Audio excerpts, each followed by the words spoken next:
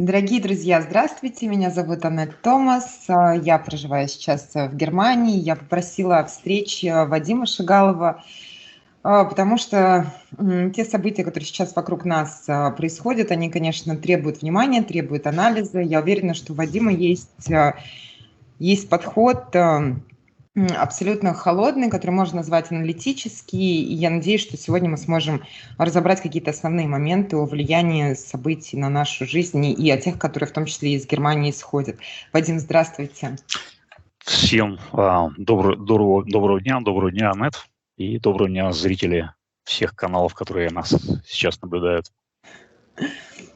Вадим, скажите, пожалуйста, что вы думаете вообще вот о позиции Германии, потому что у меня лично такая ситуация сложилась. У меня часть семьи проживает в Москве, но будущее моих детей, скорее всего, связано с Германией. Я, когда наблюдаю за тем, что делают политики, у меня лично складывается ощущение, что перспективы не радужные для граждан страны в первую очередь. И я вижу, что последствия их решений, они влияют также и на Россию конкретно.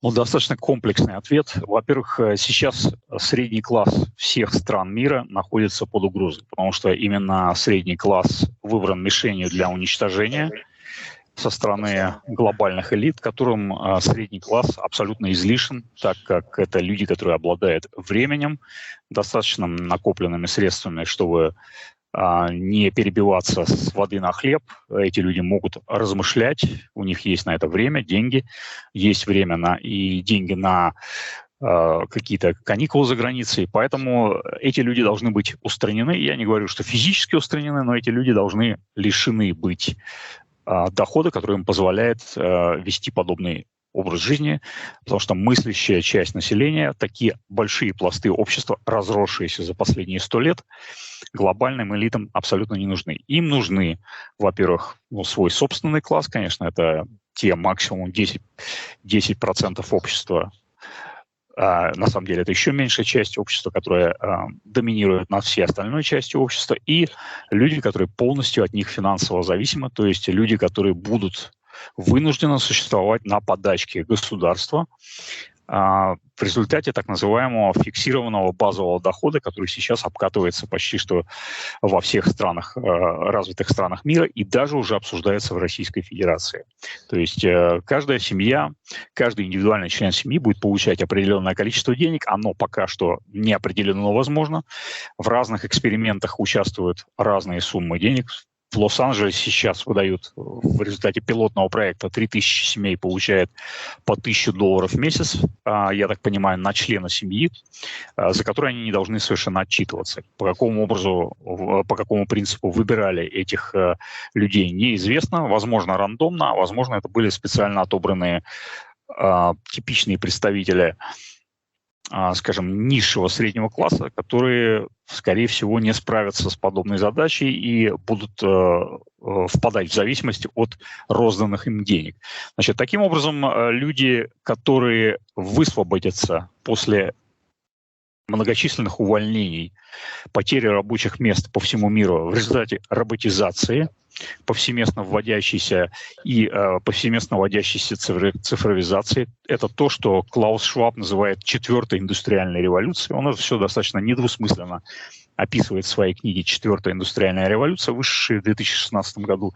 И это регулярно появляется в аналитических материалах его Всемирного экономического форума в Давосе, который имеет свой постоянный веб-сайт и печатает каждый месяц множество аналитических материалов. Я на них подписан.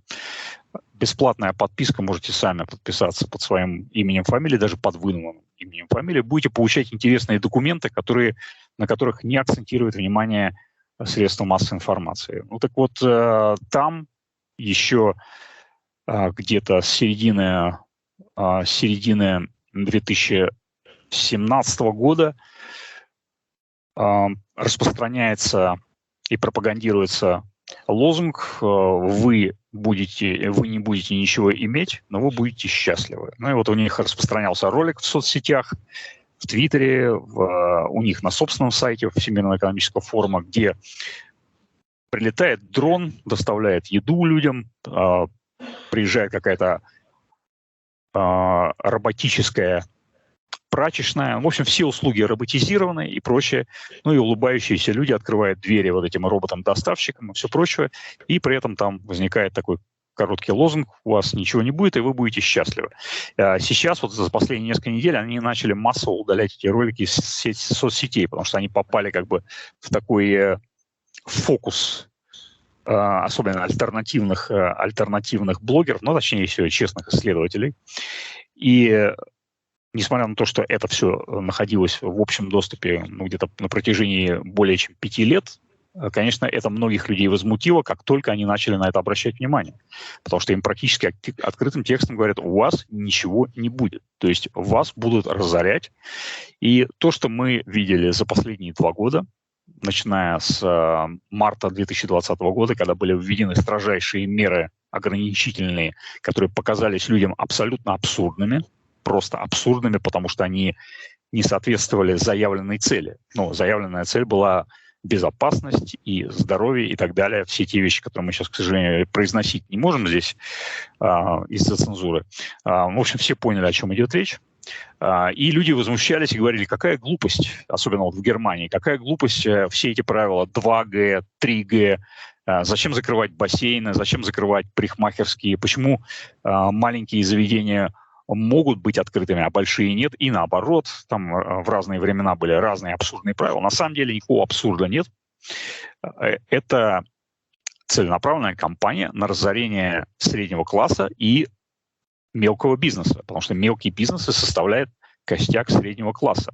Для этого нужно как раз, чтобы вот эти многочисленные маленькие кафе, маленькие фирмочки, которые там доставляют что-то или предоставляют какие-то услуги, ногтевые салоны, все вот эти люди, которые составляют костяк индустрии, булочники, кондитеры и так далее, чтобы эти люди в результате всех вот этих ограничений, они просто не смогли выплачивать арендную плату, и это уже на примере Германии случилось, когда еще 1,5 года назад, несмотря на заявленную программу помощи предприятиям, значит, можно было составить заявку на пособие, там, например, в Берлине выдавали 9 тысяч от федеральных властей, 5 тысяч евро в месяц от Берлинского сената. В сумме 14 тысяч евро, что кажется некоторым сейчас гигантской суммой, но на самом деле предприниматели прекрасно понимают, что чтобы содержать, например, закрытый из-за ограничений ресторан, не закрывать его полностью как фирму, а продолжать выплачивать зарплаты своим сотрудникам, несмотря на то, что он не функционирует, выплачивать арендную плату за помещение, этих денег либо едва хватало, либо вообще не хватало. И к тому же уже год назад, уже более года назад эти средства прекратили выплачивать под различными предлогами. Поэтому множество людей просто вышло из бизнеса, разорились. Множество средств было расхищено, более миллиарда евро было расхищено по заявлениям федерального правительства мошенниками, которые подавали якобы фальшивые заявки через какие-то подставные лица. На самом деле эти люди не имели никаких предприятий, но составляли эти заявки от лица реально существующих предприятий. И якобы этим людям были выплачены вот эти компенсации, из-за чего потом, как объясняли реальным предпринимателям, деньги не доходили. Я считаю, что это просто специально организованная кампания, когда, да, естественно, были мошенники, которые пользовались моментом, но, естественно, самым главным мошенником в этой схеме явилось государство, которое заявляло, что они выплачивают, значит, сами, вероятно, оформляли заявки на подставные фирмы и возвращали себе же самим деньги. Я не говорю, что там какие-то конкретные чиновники участвовали в распиле этих средств. Вполне возможно, что и такое было, но это доказать невозможно. Но то, что большинство средств либо вернулись сразу же в государственную казну, либо никогда ее не покидали, это факт.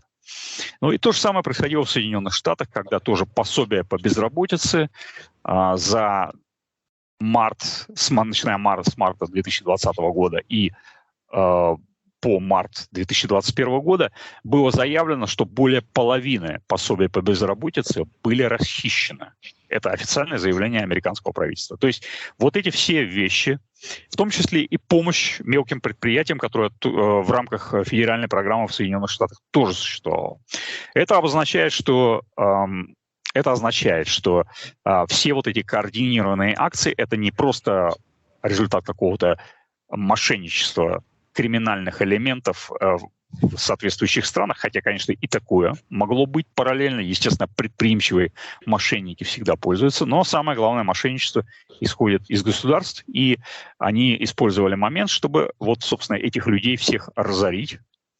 Естественно, это не касается огромных конгломератов, и такие фирмы, как Amazon, в то время как другие предприятия были вынуждены своих сотрудников увольнять. Amazon, например, за первые же полгода вот этих локдаунов нанял более чем 100 тысяч человек по всему миру. То есть это самых богатых людей не коснулось. И вот Джефф Безос, хозяин Амазона, за первое полугодие 2020 года, когда все разорялись, приобрел несколько десятков миллиардов долларов, так же, как и несколько десятков других миллиардеров увеличили свои состояния почти что вдвое. Ну, то же самое касается Илона Маска, который, кстати, открыл фабрику под Берлином, где они должны производить батареи для электромобилей Tesla, и лишил таким образом практически целый округ воды, так как для производства литиево-ионовых батарей для автомобилей Tesla нужно очень много воды. Этой воды в муниципалитетах Эркер вокруг Берлина, в Бранденбурге не хватило. И все это списали не на фабрику, не на наличие этой фабрики, а на садоводов, которые, видите ли, льют слишком много воды. Поэтому там ограничили потребление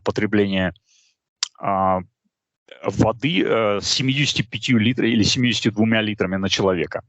Для сравнения, американский средний потребитель потребляет гораздо больше воды, чуть ли не в 3 раза больше воды, чем вот нормирование сейчас в этих муниципалитетах рядом с этой фабрикой. Причем все знают о том, что фабрика потребляет повышенное количество воды.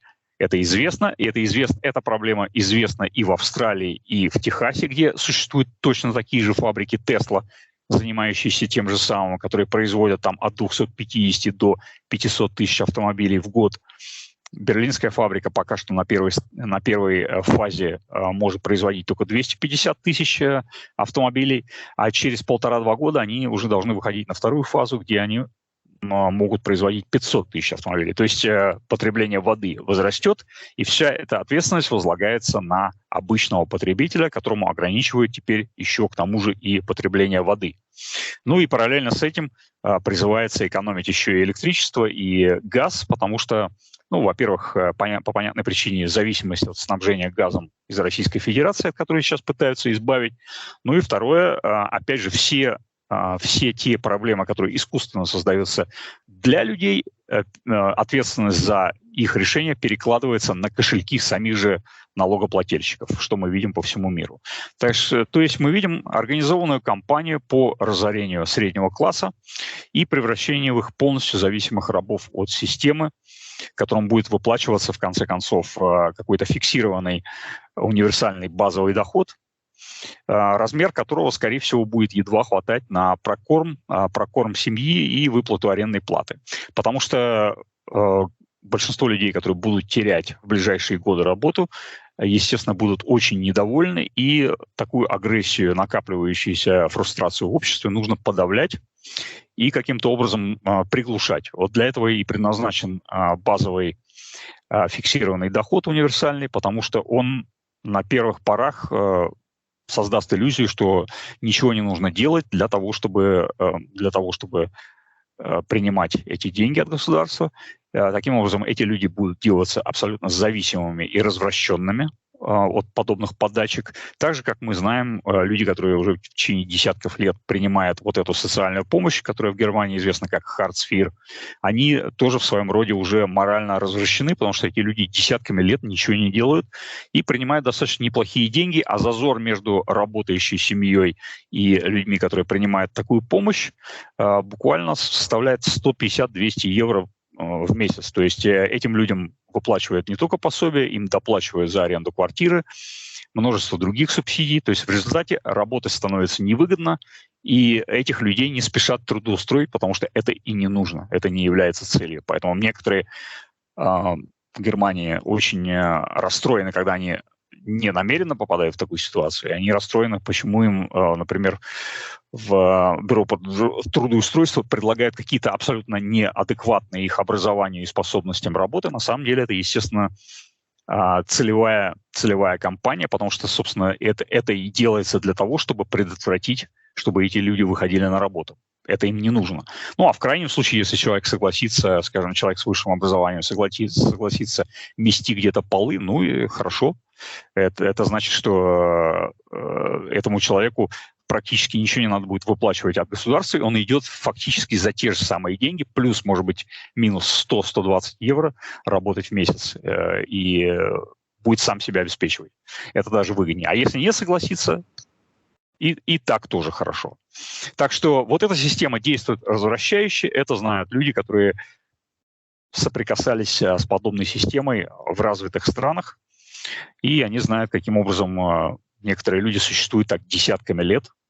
А если сейчас активная и образованная часть людей, особенно предприниматели, сами вынужденно окажутся в такой ситуации, то, естественно, через пару лет подобных подачек их уже вряд ли можно будет вернуть на путь предпринимательства или просто поиска обычной работы. Вот таким, собственно, образом и будет гаситься недовольствие от множественных потерь рабочих мест вследствие роботизации, цифровизации и так называемой четвертой индустриальной революции, как это называет Клаус Шваб. Вадим, значит, получается, что цель перевести нас в ту форму жизни, в которой нет места креативности, критическому мышлению и способности самостоятельно принимать решения, отличные от государственных повесток. Совершенно верно, потому что люди, которые задают слишком много вопросов, нигде не нужны, никакому государству не нужны образованные люди. Государству нужны только люди, которые будут выполнять определенные функции. То есть человека можно научить щелкать на счетах, щелкать на калькуляторе или на кассовом аппарате, в зависимости от эпохи.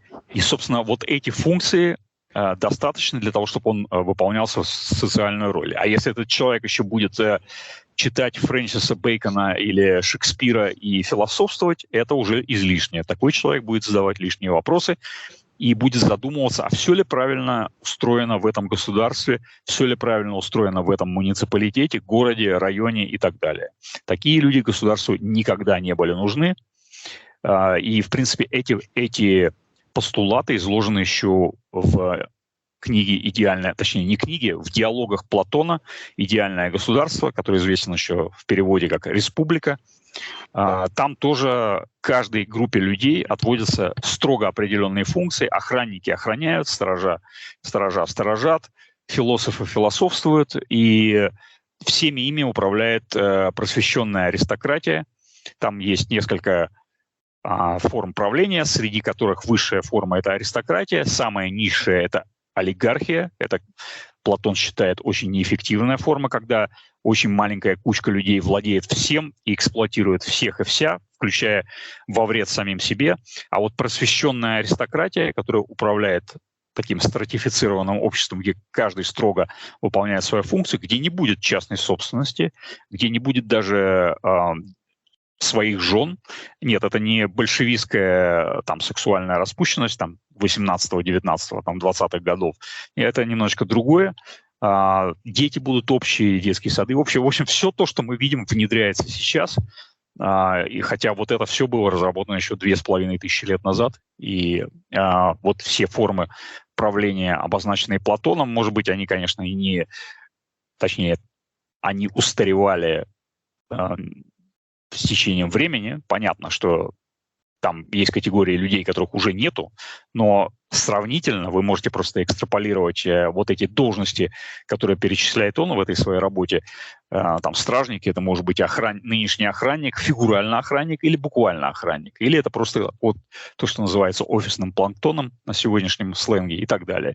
То есть все это, в принципе, не менялось. Это просто дальше взято было на вооружение мыслителями, которые сейчас продолжают дело Платона, но это, конечно, я говорю условно, потому что между Платоном и нынешними хозяевами денег были еще и другие мыслители, которые в конце 18-го, начале и середине 19 века разрабатывали другие социальные концепции. Но вот всему этому положил начало Платон, который считается одним из первых социал-экономистов, который вот именно разработал принципы управления государством.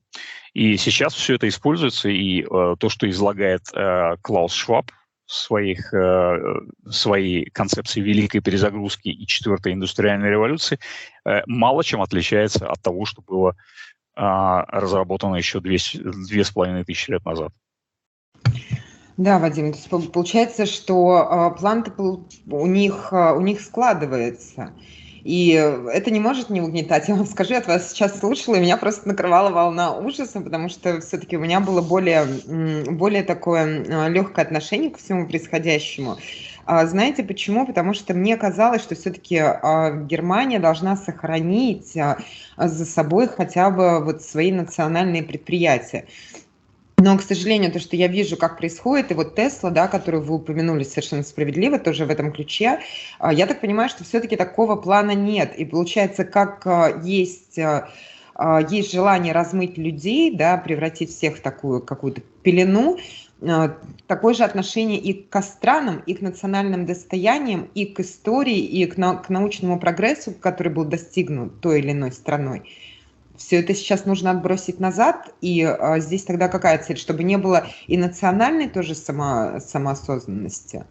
Ну, и так называемая пресловутая концепция единого мирового правительства, она, собственно, и предполагает размытие национальных границ и исключительную власть транснациональных корпораций, стирание государственных границ, единая мировая религия – это все, в общем-то, не пустые слова, хотя они некоторое время казались абсолютными абстрактными концепциями для многих людей, простыми теориями заговора. Но сейчас мы видим, как это все практически развертывается с увеличенной скоростью за последние 2 года. И те люди, которые даже абсолютно были далеки от подобных теорий, которые воспринимали это все, и либо вообще даже о них не слышали, за последние 2 года просто приобщились к этой информации, потому что сейчас все это подошло вплотную и затронуло их собственные жизни, их собственные банковские счета, карманы, рабочие места и так далее. И поэтому эти люди начали, как сейчас любят говорить, просыпаться.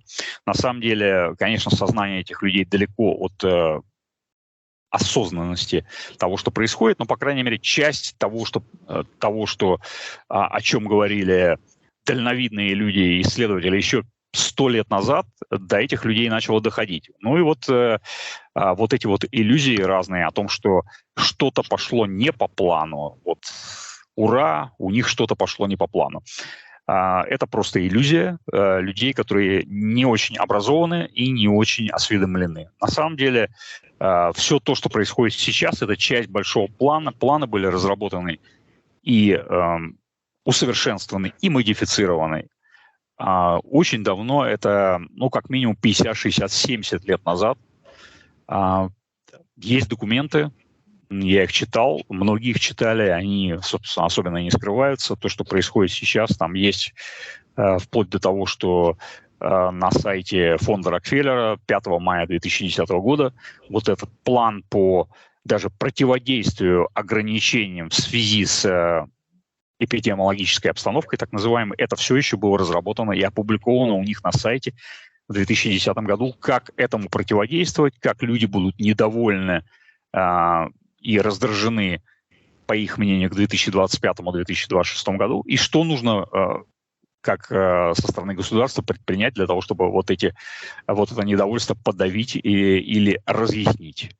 Поэтому все это люди не любят воспринимать, они хотят пребывать в иллюзиях того, что у их противников и у их угнетателей что-то пошло не так, и что вот это все само по себе разваливается. На самом деле само по себе разваливаться сейчас просто так ничего не будет, если люди ничего не будут предпринимать.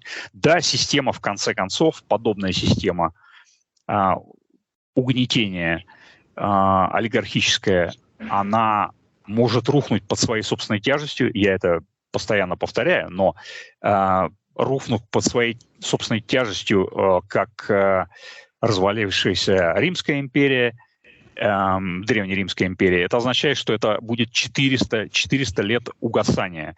Вы согласны, например, наблюдать 400 лет угасания, скажем, общества, в котором вы живете? Вы просто столько не проживете. Поэтому, да, может быть, оно и рушится. Да, мы видим декаденс эпохи и декаденс этих систем правления, но они будут занимать слишком длительное время, которое несовместимо с вашей собственной жизнью и даже с жизнью ваших детей и внуков. Поэтому я не испытываю от этого большой радости. Я хочу жить так, как мне хочется жить уже сейчас, а не в 10-м поколении, увидев, как мимо проплывает, грубо говоря, труп врага, как говорится в древней китайской поговорке. Если долго сидеть у реки, то мимо проплывет труп вашего врага. Поэтому я, с одной стороны, может быть, кому-то покажусь пессимистом. На самом деле у меня нет никаких апокалиптических настроений. Просто я живу с открытыми глазами, не зарывая голову в песок. И так я проживаю свою жизнь практически с ранней юности. Потому что я с самого начала был в курсе вот этих общественных процессов. И меня это не пугает.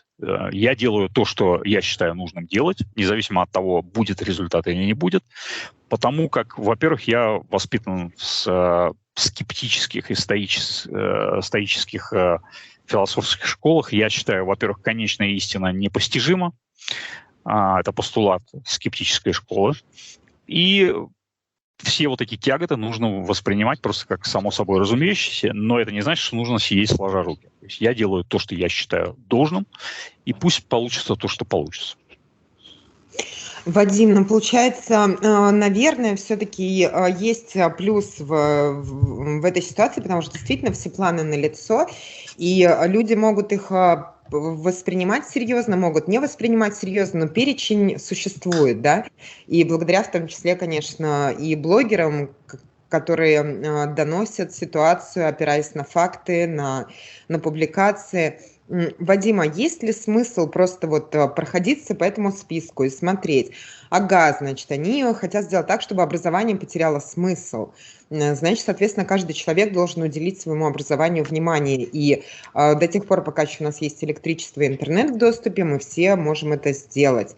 Ага, значит, они хотят удалить средний класс, а ведь удаляя средний класс, они же также и закрывают дорогу молодым талантливым ребятам, ну, потому что ни для кого не секрет, да, допустим, если взять Россию, открывается ресторанчик или кафе, кто в него придет работать, да, ну, какие-то там соседи, друзья, бывшие одноклассники, то есть, ну, это всегда направлено в том числе и на усиление общественных связей. Значит, они хотят против вот среднего бизнеса, ну, каждый может что-то, может быть, постараться для себя придумать. Может быть, вот таким путем тогда стоит противостоять, потому что митинги и протесты, такое ощущение, что они как по указке начинаются, так же по указке и заканчиваются. Какие-то мошеннические схемы, опять же, да, тоже, вот мы только что привели пример, когда непонятно, кто на самом деле организовывал, мошенники или кто-то еще. И, может быть, просто стоит вот пункт за пунктом и свое собственное такое сопротивление организовывать? Общественные связи разрывают абсолютно намеренно. То есть то, что мы видели на протяжении 2 последних лет, когда людей запирали по домам, закрывали школы, закрывали университеты, люди учились на так называемой удаленке, люди не ходили по ресторанам, бабушка не могла увидеть своего внука, потому что, сами знаете что, вы ходите, закрывая свое лицо. Ну, по крайней мере, сейчас есть небольшая передышка, люди еще в некоторых странах уже свои лица открыли, но это может быстро кончиться, как это вот сейчас происходит в Австралии, в Канаде опять начинается волна. Там уже вводится обязательная 4-я доза, и потом каждые 3-4 месяца дальнейшие дозы. То есть это все далеко еще не кончилось, и все это, естественно, направлено на разрыв общественных связей, причем внутрисемейных связей тоже. И вот эти самые мелкие ресторанчики, кафе и объединение людей по каким-то общественным интересам никому не нужны. Тем, кто планирует государственное устройство, им нужно как раз это все разорвать и разъединить людей. Вот все вот эти соцсети, которые заставляют людей сидеть, вот как вы видите, в метро или, например, в общественном транспорте, уткнувшись в телефон и ковыряясь в своих соцсетях вместо того, чтобы нормально общаться живым общением.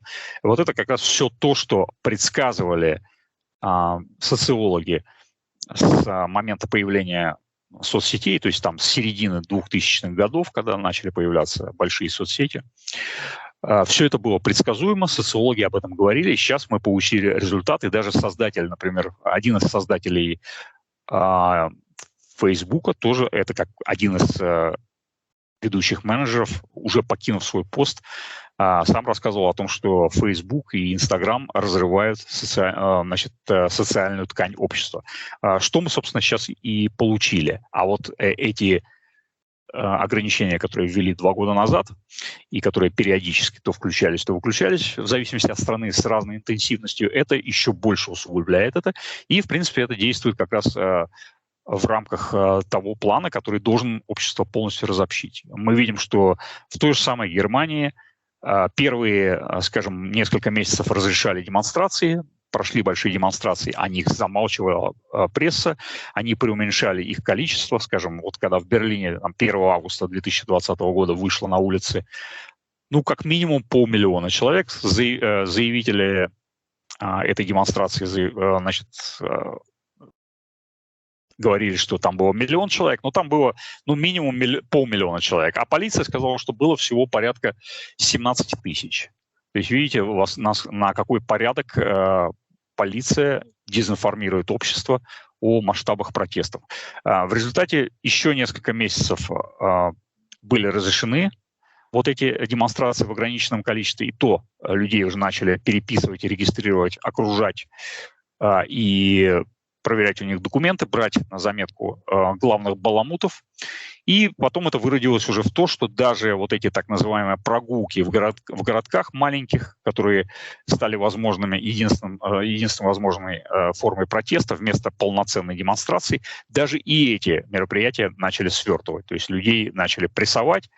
Опять же, все их документы переписывают, то есть просто вот идет группа граждан, там 15, 20, 50, 100 человек, по улочкам маленького городка, и даже такие маленькие мероприятия нарушали. То есть это все показывает на то, что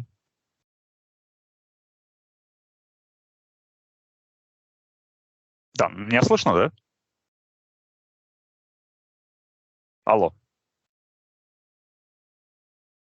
Я теперь не слышу ничего. Видео есть теперь, да, теперь порядок. Да, все, отлично. И даже вот такие мероприятия теперь практически не разрешены или сведены на нет полностью. То есть государство успешно противодействует самоорганизации общества. Я думаю, что если общество довести до крайней формы отчаяния, то вполне возможно, что дальнейшие подобные запреты будут неэффективными, они вполне возможно будут изобретать другие способы подавления недовольства. Но на данный момент все это работает. То есть большая часть общества приведена в полную покорность. Она и сама по себе была покорной, но та часть общества, которая была способна на активное сопротивление, нейтрализована и запугана. Вадим, вот вы упомянули о разрыве социальных связей, да, путем предоставления площадок для интернет-общения. Вадим, а вы не считаете, что на самом деле аудитория, например, отдельно взятого блогера, это тоже общественные связи, где люди, может быть, могут обмениваться идеями, обмениваться книгами, обмениваться, может быть, какими-то примерами, рассуждать на темы, например, противостояний таких что мы наблюдали в Канаде. Это же был прекрасный пример, да, мне казалось, что они все делают правильно, и что у них все получится. Я до последнего дня на это надеялась. А также отслеживать опасные связи, а также стучать на своих коллег, сдавать финансовую информацию, выходить сразу на людей, которые финансируют протесты и так далее. Вот эти все социальные сети как раз способствовали выявлению людей, которые сдавали деньги на поддержку дальнобойщиков в Канаде, и канадское правительство, введя так называемое военное положение, чрезвычайное положение по закону, там, который вводился всего лишь один раз в мирное время, в 1970 году, отцом нынешнего премьер-министра Пьером Эллиотом Трюдо. Причем там была еще кое-какая опасная ситуация, потому что там речь шла о квебекском сепаратизме.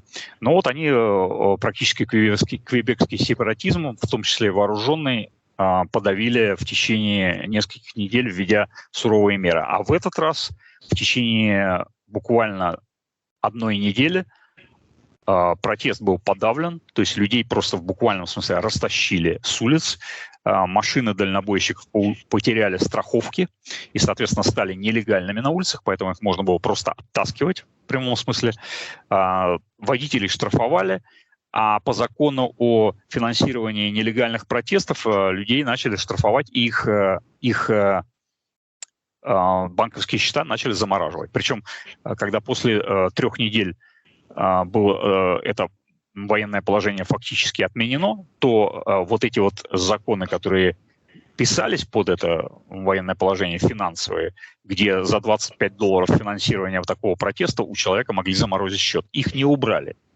То есть они добились того, что они хотели. То есть теперь, когда нужно будет и возникнет реальный протест, опасный протест, я не считаю, что то, что сейчас было в Канаде зимой, это было нечто опасное, скорее всего, это было либо репетиция, либо это было просто как раз предлог для введения вот этих вот мер для лишения людей возможности для существования путем заморозки их банковских счетов в случае попыток поддержать подобные протесты. Причем люди сразу же ответили, это можно было предусмотреть, люди попытались сразу же обезопасить свои средства, даже те, которые не имели никакого отношения к протестам, они бросились снимать свои сбережения с банковских счетов, что сразу же привело к банковскому коллапсу. Там несколько ведущих канадских банков, 5 банков сразу же в один день вывели из строя фактически свои банкоматы, потому что они увидели, что люди стали массово снимать деньги. И поэтому, скорее всего, вот этот финансовый истеблишмент сразу же надавил на правительство, чтобы они спустили на тормоза вот эти меры, потому что люди начали сразу же массово вынимать свои сбережения из банков. Естественно, это могло привести к коллапсу банковской системы, и это было не на руку тем, кто этими банками владеет, и государству тоже. Тем не менее, меры все остались. Поэтому вот эти соцсети, да, они могут распространять быстро призывы к протесту, но они также могут быстро выявлять заговорщиков, которые там же были быстро нейтрализованы и арестованы. Первые там три лидера дальнобойщиков, самопровозглашенных, между прочим, они были приведены в зал суда, им было отказано в выплате залога, выход из заключения по залогу и так далее. Я дальше, кстати, их судьбу не стал отслеживать, потому что она мне не очень интересна. На самом деле, просто мне интересен был механизм подавления протеста, и он оказался весьма успешным. И к тому же протестовала очень маленькая доля канадского общества, то есть население Канады там плюс-минус 30 миллионов человек. Я сейчас могу перепутать, по-моему, 37 миллионов человек. И из всех людей, которые протестовали, это была, наверное, 10-я часть всех дальнобойщиков, которые не хотели проходить вот известные нам процедуры в одно место. Потому что остальная часть, она уже вся прошла эти процедуры, иначе бы они не могли заниматься тем, чем они занимаются. Вот, соответственно, большая часть даже их коллег по профессии их не поддержала. Их начали поддерживать даже просто люди, которые не имели отношения к этой профессии. Тем не менее, как мы видим, все было подавлено, и ВОЗ остался и поныне там, в прямом и в переносном смысле. То есть ничего из того, что они требовали, не было удовлетворено. Был обкатан механизм подавления протеста, и общество как таковое в своем большинстве, несмотря на то, что, судя по опросам газеты «Торонто Стар», 97% одобряло действия протестующих. Но, тем не менее, это все были люди, которые одобряли с дивана, в лучшем случае посылая им деньги. Но, как мы видим, в большинстве общества осталось пассивным. И то же самое происходит и в Германии, и в других странах. Да, вот вы правы, одобрение с дивана — это же прям такой уже отличительный признак современности, когда действительно люди могут выплеснуть свое недовольство в социальную сеть, и вроде как окей, но на самом деле там же была каждая душа на счету в Канаде, каждый человек, который пришел, это было важно. Вадим, вы знаете, у нас тут в Германии некоторые банки не выдают наличные, это вот уже ситуация нескольких дней, когда люди подходят к банкомату и наличные не могут получить. И банки, значит, объясняют это нехваткой наличных денег. И что тогда получается, что вообще неплохо было бы уже напрячься и подумать, почему? Может быть, они как раз опыт коллег так как превентивную меру взяли, я имею в виду канадских. Вполне возможно, что это социальный эксперимент, потому что я знаю, что, к примеру, в позапрошлом годах в некоторых районах Берлина, в Потсдаме, банкоматы не выдавали денег после 10 вечера. Там это было написано прямо прямым текстом. То есть вы знаете заранее, что вам не выдадут эти деньги после определенного времени. Естественно, это полный бред, потому что банкоматы, собственно, и устанавливали много-много лет назад, потому что люди могли, в отличие от офиса банка, прийти в любое время и снять свои деньги. Да? И, видимо, в качестве социального эксперимента начали пробовать ограничивать работу банкоматов и посмотрят, какова будет реакция населения. Особой реакции я не заметил, честно говоря. То есть, к примеру, мне нужно было снять деньги с банкомата Deutsche Bank. Работающий банкомат в Потсдаме находился в количестве 2 штук, из которых один не функционировал, один работал, но после того, как я увидел, что после 10 вечера деньги взять невозможно, ближайший банкомат находился там в километрах в 12, и уже надо было уехать в центр Берлина. То есть вы сами понимаете, что ночью человек туда не поедет ради того, чтобы снять деньги. Скорее всего, это был чисто социальный эксперимент, потому что понятное дело, что человек, если ему не срочно, он может эти деньги снять и с утра, когда банкомат начинает снова работать. Я не помню точно, во сколько это было, 7 или 8 часов утра, может быть 5, может быть 6, но важен принцип, что тебе ограничивают доступ к твоим собственным деньгам, вот как вот экспериментируют с крысами. Кто, например, возьмет власть в одной определенной взятой клетке из крыс, там знаменитый эксперимент 1991 года. Вот. И, скорее всего, то, что вы сейчас говорите, это как раз часть социального эксперимента. Угу. Спасибо. Вадим, в Германии сейчас, как я уже сказала, да, вся индустриализация под ударом. И, конечно, нельзя не понимать, что в том числе зависимость от российских ресурсов, как вы уже, в принципе, указали, да, на это здесь тоже играет огромную роль. Но мы также видим и влияние непосредственно на российскую экономику. Мы видим, как закрываются немецкие предприятия, да, и фирмы, которые в России были, и там были рабочие места, и шла выплата определенных налогов, и международные связи сюда же. Вадим, как по-вашему, кто на самом деле страдает больше и пострадает больше вот от всей этой ситуации? Внешнеполитической, ресурсного кризиса здесь, технологического кризиса там, и в итоге... От ситуации страдают обычные граждане, обычные представители среднего класса, работающий человек. То есть уход фирмы Siemens из России после более чем 140 лет истории Siemens в России – это знаковый ход, потому что Siemens не уходил из Советского Союза даже после революции. То есть мы знаем, что, например, один из бывших сотрудников фирмы Siemens, инженер Красин, член большевистского правительства, он как раз был посредником между большевиками и финансовым капиталом, в том числе в Германии, Швеции, когда из Советского Союза вывозились золото и бриллианты в обмен на индустриальные поставки, в то время, когда они еще были запрещены в свете отсутствия дипломатических отношений. И Siemens работал, и компания Westinghouse продолжала работать, и нефтевышки Ротшильда в Баку продолжали работать уже после революции. То есть все вот эти вот гиганты индустрии, транснациональные корпорации продолжали работать. несмотря на то, что произошла революция, и власть и заводы переходили в другие руки и были национализированы, точнее, в руки государства.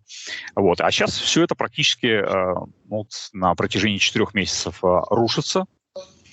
И даже китайцы уходят без громогласных заявлений, но они уходят с российского рынка. Это и Xiaomi, это и Huawei, это и прочие поставщики там, высоких технологий, потому что они боятся попадать под вторичные санкции, так как торговый оборот с Россией составляет всего лишь 3% от оборота с Соединенными Штатами и Евросоюзом. Понятное дело, что китайцы прагматично выбирают более важную часть рынка. И как бы они не хотели работать с Россией, и как бы они не хотели терять и вот эти 3%, им дороже гораздо другие проценты. То есть это вот Соединенные Штаты и Евросоюз 37% китайского экспорта. Поэтому выбор очевиден. Китайцы не хотят подвергать себя риску от вторичных санкций, но просто не делают больших громких политических заявлений. Поэтому, да, от этого будут страдать обычные, простые люди, работающие люди. Я не говорю рабочие, просто работающие люди. Потому что они первыми будут замечать ухудшение качества своей жизни. Ну, а потом это заметят и люди, которые особенно такими вещами не заморачивались, не знают о политической и экономической обстановке. Это люди, которые приходят в магазин и видят, что гречка подорожала там на 50% в очередной раз. Ну, или там на 15, или на 20. В разных магазинах она по-разному стоит. Ну, да. Так, для сравнения, 2 года назад в среднем 88-89 рублей, а сейчас где-то 130, 139, 149 рублей в зависимости от сети супермаркетов. И к тому же там уже не килограмм в пачке, а 900 грамм, а иногда и меньше. Сейчас даже шоколадки начали укорачивать. И плитка, в которой раньше было 100 грамм, теперь 82 грамма. После того, как она сперва снижалась до 90 грамм, потом до 85, а теперь она стала 82 грамма. И цена на нее и так поднялась в абсолютных цифрах, а еще к тому же отняли и количество. Поэтому вот люди не всегда замечают подобные вещи, но люди, которые умеют считать деньги, экономисты и просто внимательные люди все это видят. То есть вполне возможно, что люди будут недоедать, если все это будет продолжать идти таким же путем. Вадим, а как вам такой вот мой вопрос по поводу Китая? Ну, они же понимают, что, поступая подобным образом, они в первую очередь играют на руку вот этой вот повестки, да, которую вы так ярко обрисовали. А почему они должны ей противодействовать? С какой стати? Китай интегрирован в мировую экономику. Экономика Соединенных Штатов и экономика Китая и Евросоюза, они взаимозависимы. Каждый из них нужны друг другу. И почему вы считаете, что Китай из-за каких-то своих заявлений против, скажем, высказываясь против, скажем, политики, внешнеэкономической политики Трампа, например, почему вы думаете, что Китай должен поступать по-другому? Я вам сейчас просто хочу привести статью, которую опубликовали на сайте Организации Объединенных Наций, и просто послушайте внимательно, что она гласит. Преимущество мирового голода. Профессор Джордж Кент, профессор кафедры политологии Гавайского университета, занимается вопросами прав человека, международных отношений, мира, развития экологии, уделяя особое внимание питанию и детям. Автор нескольких книг, последняя из которых «Свобода от нужды. Право человека на достаточное питание». Иногда мы говорим о голоде в мире, так как будто это бич, который мы все хотим видеть уничтоженным, считая его сравнимым с чумой или СПИДом. Но такой наивный взгляд мешает нам разобраться в причинах голода. Голод имеет огромное положительное значение для многих людей. Действительно, он является основополагающим для работы мировой экономики. Голодные люди – самые продуктивные люди, особенно там, где есть необходимость в ручном труде. Мы в развитых странах иногда видим бедняков на обочинах дорог с табличками «Поработаю за еду». На самом деле большинство людей работает за еду. Именно потому, что людям нужна еда. Чтобы выжить, они так много работают, либо производя еду для себя на уровне натурального хозяйства, либо продавая свои услуги в обмен на деньги. Многие ли из нас продавали бы свои услуги, если бы не угроза голода? Что еще более важно, сколько из нас продавали бы свои услуги так дешево, если бы не угроза голода? Когда мы продаем свои услуги дешево, мы обогащаем других, тех, кто владеет заводами, машинами, землями и в конечном итоге владеет людьми, которые на них работают. Для тех, кто зависит от наличия дешевой рабочей силы, голод является основой их богатства. Принято считать, что причина голода является низкооплачиваемая работа. Например, в статье «Бразильские рабы этанола» 200 тысяч мигрантов-сахарорезов, собирателей этого сахарного тростника, которые поддерживали бум возобновляемой энергии. Хотя это правда, что голод вызван низкооплачиваемой работой, мы должны понимать, что голод в то же время вызывает создание низкооплачиваемых рабочих мест. Кто стал бы создавать в Бразилии крупные предприятия по производству биотоплива, если не знал, что там есть тысячи голодных людей, достаточно отчаянных, чтобы согласиться на ужасную работу, которую они предложат? Кто стал бы строить какую-либо фабрику, если бы не знал, что найдется много людей, готовых согласиться на низкооплачиваемую работу? Конкретно в этом случае вот эти люди, которые собирают сахарный тростник, это ужасная работа. Его сперва выжигают, и эти люди работают в копоти, мачете вручную вырубают сахарный тростник. Я сам видел, как это делается, прямо там, на полях, поэтому пример удачный. Большая часть литературы о голоде говорит о том, как важно обеспечить людей хорошим питанием, чтобы они могли быть более продуктивными. Это чепуха. Никто не работает больше, чем голодные люди. Да, люди, которые хорошо питаются, обладают большей способностью к продуктивной физической деятельности. Но хорошо питающиеся люди гораздо менее охотно выполняют эту работу.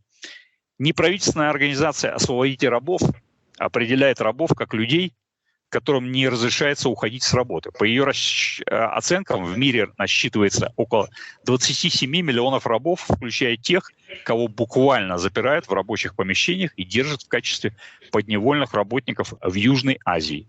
Однако они не включают людей, которых можно назвать рабами голода, то есть тех, кто может свободно уйти с работы, но не имеет ничего лучшего взамен. Может быть, большинство работающих людей – рабы голода? Для тех из нас, кто находится на верхней ступени социальной лестницы, прекращение голода в глобальном масштабе было бы катастрофой.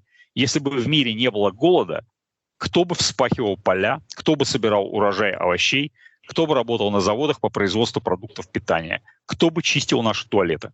Нам пришлось бы самим производить еду и чистить туалеты. Неудивительно, что люди из высшего общества не спешат решать проблему голода. Для тех из нас голод – это не проблема, а преимущество. Статью удалили позавчера с сайта Организации Объединенных Наций. То есть вот он, второй предполагаемый этап. Сначала базовый доход, когда уже люди не в состоянии, как вы говорите, да, и я тут полностью, конечно, с вами согласна, вернуться обратно к любому виду предпринимательства, то потом следующим этапом можно его убрать, этот базовый доход, по любой совершенно причине, любой кризис финансовый, можно мошенников и так далее придумать, и тогда вот этот этап наступает. Главное сделать человека полностью зависимым и управляемым. Давая человеку деньги или принуждая его работать за еду, вы полностью его контролируете. Что, собственно, и требуется доказать. Вот бывший секретарь по национальной безопасности в администрации президента Картера Збигнев Бжезинский, выступая, ныне покойный, выступая на таком лондонском мероприятии, которое называется Chatham House в 2004 году, есть запись, аудиозапись. Он сказал, что сейчас легче убить 1 миллион человек, чем их контролировать. Поэтому лишние люди не нужны, а те, которые останутся, должны быть полностью контролированы. Это абсолютно логично. То есть вот профессор Кент, который написал эту статью, это не какой-то людоед. Это авторитетный ученый, который сейчас находится на пенсии. Он сейчас имеет почетное звание профессора Гавайского университета. Он опубликовал эту статью еще в 2008 году, и она была на сайте Организации Объединенных Наций и в издании, которое тоже принадлежит ООН, которое называется United Nations Chronicle. То есть она была на протяжении нескольких лет, потом ее убирали, потом она опять появлялась в 2019 году, ее опять сюда поставили, а сейчас ее убрали, потому что эта статья, скорее всего, автор этой статьи, не то чтобы он написал сатиру, он написал чистую правду. Это то, как функционирует общество. Но по какой причине ее вывесили на сайт ООН, это уже другой вопрос. Я думаю, эти люди преследовали совершенно другую цель. Но то, что почетный профессор Кент написал в этой статье, это то, с кем мало кто сможет поспорить. Да, конечно, это очевидно, абсолютно очевидно это все выглядит. Для меня, по крайней мере, да. Вадим, скажите, пожалуйста, вот для этой троицы, на ваш взгляд, Китай, Америка и Европа, на сегодняшний день какую для них, в их понимании, роль играет Россия? Я имею в виду в необходимости все-таки поддерживать связи. Я знаю, что вот сейчас с Северным потоком, да, здесь все-таки идет разворот ситуации в ту сторону, что он должен работать, например. Неужели Северный поток выгоден для Германии. Северный поток означает рабочие места. Северный поток означает недорогой газ для немецкого потребителя. Теоретически это выгодно для правительства Германии. Это выгодно для граждан Германии, это выгодно для работников. Но при нынешнем курсе развития событий сейчас идет переформатирование, и, скорее всего, Германия будет принуждена тем или иным способом отказаться от Северного потока. И, как мы знаем, сейчас уже несколько энергетических компаний Германии завозят сжиженный газ из Катара, заключены долгосрочные контракты на 20 лет. Это пока что еще не слишком большие контракты, которые смогут полностью заменить российский газ. И да, Германия, конечно, не выполнит план, предсказанный, точнее, определенный и высказанный Урсулой фон дер Ляйен о том, что к октябрю 2022 года Германия практически полностью освободиться от нефтяной зависимости от России и там, по крайней мере, наполовину от газовой. Этого не произойдет.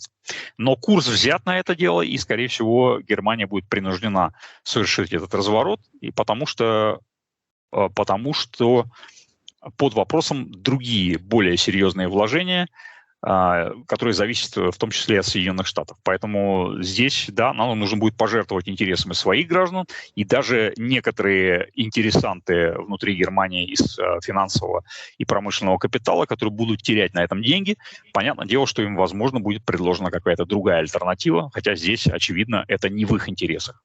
Но, тем не менее, эти люди, как всегда, между собой договорятся, а обычные жертвы – это обычный потребитель и обычный работник. То есть обычный потребитель сейчас будет платить больше денег за газ, больше денег за электричество, ужиматься, вот как мы слышали обитатели этого округа Эркер в Бранденбурге из-за фабрики Тесла. Хотя все это, как говорится, не по их самой вине, но свалено все это будет на них. Ну и, по крайней мере, на их кошельки, на их спины. Вадим, а вот эта направленность против российских ресурсов с целью приведения вот экономики Европы в то состояние, о котором мы говорили. На эту направленность, как по-вашему, как-то повлияли события в Великобритании? Я не могу, я не вижу никакой прямой связи между этими событиями. Нет? Нет, я не предвидел то, что произойдет с Джонсоном. Честно говоря, не ожидал, что он подаст в отставку, но и экономической связи между вот этими событиями я не вижу, честно говоря. То есть, то, что политика Брексита была задумана не 2, не 3, не 5 лет назад, а 20, 25 и 30 лет назад, это очевидно. На это были все индикаторы гораздо раньше. То есть выход Британии из Евросоюза был рассчитан чуть ли не со времени вступления ее в Евросоюз. Угу.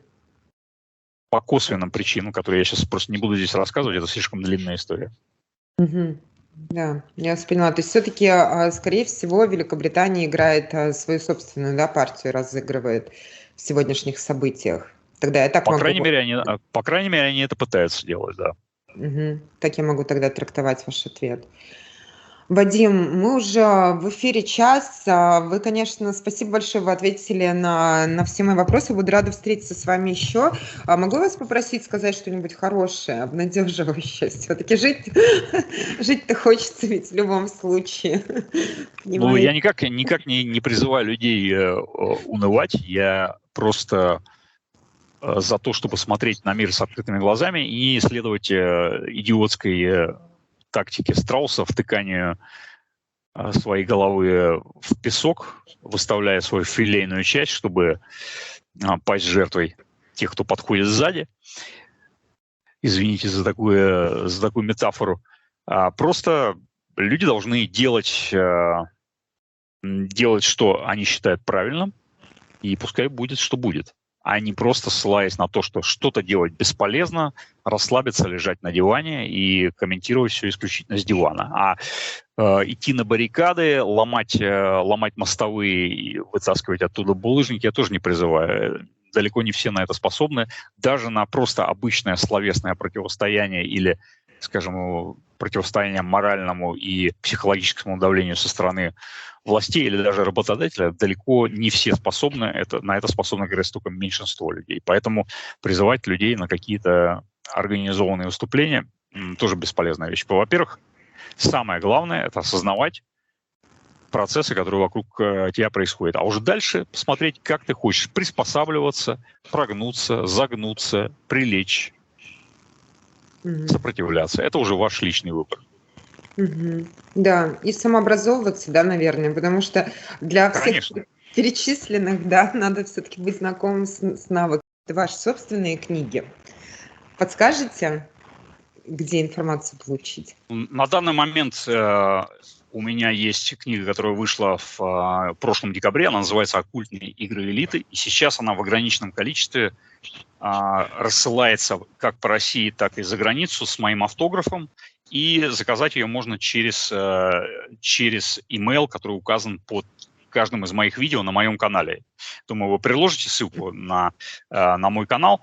Плюс я хочу напомнить тем, кто, скажем, смотрит мой канал давно а попал на ваш канал тоже случайно, что в воскресенье 24 июля этого года в 14:00 в Конгресс-центре Измайлова, это корпуса гостиницы «Гамма» и «Дельта», в зале Ростов-Суздаль по адресу Москва-Измайловское шоссе 71, корпус 4, состоится авторская встреча со зрителями моя и писателя Игоря Шнуренко, который является автором книг «Человек взломанный», «Трансгуманизм», «Цифровой Левиафан и Голем. Цивилизация» и «Убить Левиафана».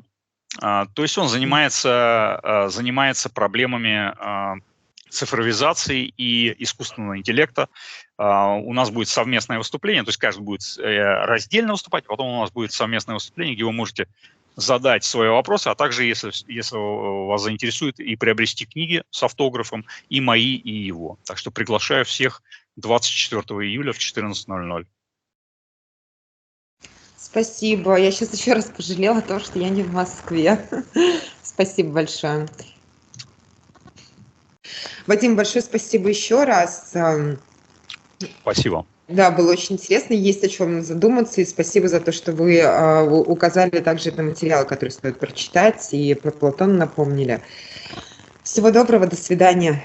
Всего доброго, Аннет.